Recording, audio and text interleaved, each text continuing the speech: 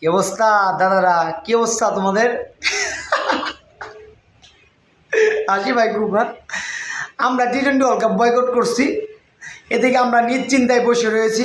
আমাদের মনে কোনো আক্ষেপ নাই, কোনো ক্ষোভ নাই, কিচ্ছু নেই। আমাদের মতো আমরা আছি, চিল মোডে আছে। আমাদের কোনো আমরা টি-20 আমরা জানি আমাদের কি হতে পারে, আমাদের নিষিদ্ধ করব কোনো সমস্যা নেই। আমরা সে বিষয়ে ভাই আমাদের লস হবো, নিষিদ্ধ করবো, আমরা এটি ভাই আমাদের মতো আমরা বসে রয়েছি।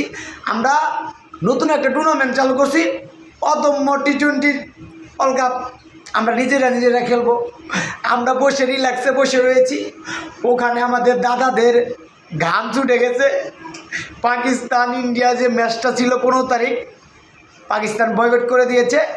এটা নিয়ে তো আইসিসি আর ইন্ডিয়ার মধ্যে তো আরে এখানে মাঝখান থেকে আমরা আমাদের মতো চিল মুডে আছি।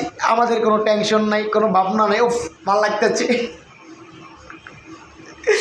দাদা। আমাদের মতো হিম্মত আসলে পাকিস্তানেরও নাই, ইন্ডিয়ারও নাই ভাই।